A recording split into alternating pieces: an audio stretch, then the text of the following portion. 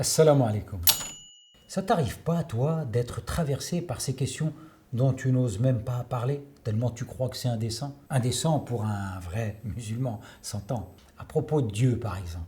On a vu dans un hadith rapporté par Muslim que des compagnons du prophète s'interrogeaient sur l'existence même de Dieu. Le messager n'y a pas vu la moindre indécence, sinon le propre de la foi. Dhalika sarihul iman. Tiens, quand tu lis le Coran, avec l'œil de ta raison, il n'y a pas des passages qui t'interpellent, qui te laissent perplexe, qui t'interrogent, et ce, parce qu'elles ne collent pas du tout avec l'idée que tu te fais de Dieu. Et si je te dis par exemple Ar-Rahman, Ar-Rahim, Al-Latif, Al-Halim, Al-Wadoud, Al-Salam, le tout miséricordieux, le très miséricordieux, le doux, le très affectueux, la paix, à qui tu penses?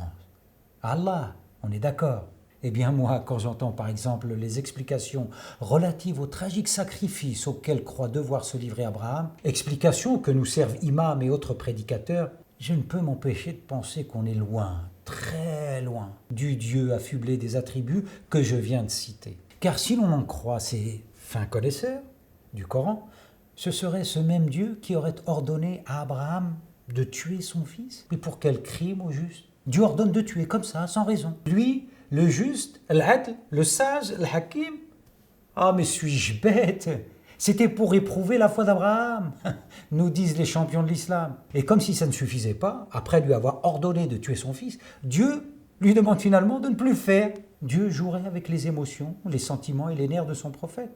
Avoue qu'il y a de quoi perdre la boule, non? Alors, de deux choses l'une, selon moi. Soit ça s'est passé comme ça, auquel cas il faut revoir les attributs de Dieu. Soit ceux-ci sont exacts et c'est le récit qu'il faut reconsidérer. Et si on revenait au récit pour voir? Coran chapitre 37, versets 102 à 107.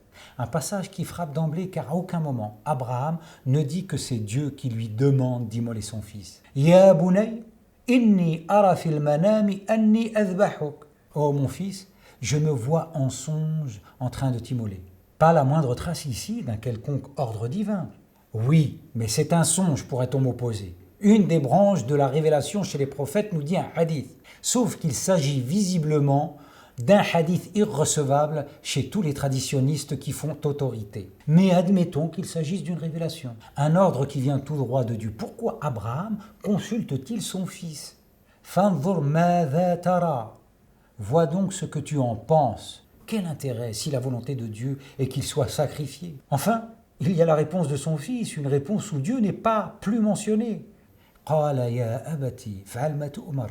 Son fils dit: ô mon cher père, fais ce qui t'est commandé. Il ne dit pas fais ce que Dieu te commande, mais fais ce qu'on te commande. Il utilise le présent comme s'il était dans l'attente d'un ordre éventuel. S'il t'est commandé de le faire, fais-le. Ce simple survol de ce passage permet de questionner la version classique que colportent nos spécialistes du Coran. Une lecture un peu plus attentive du texte en général devrait mettre à l'abri le lecteur de ces interprétations caricaturales de Dieu, des interprétations qui malheureusement peuvent pousser certains à adopter des comportements allant des plus caricaturaux aux plus dramatiques.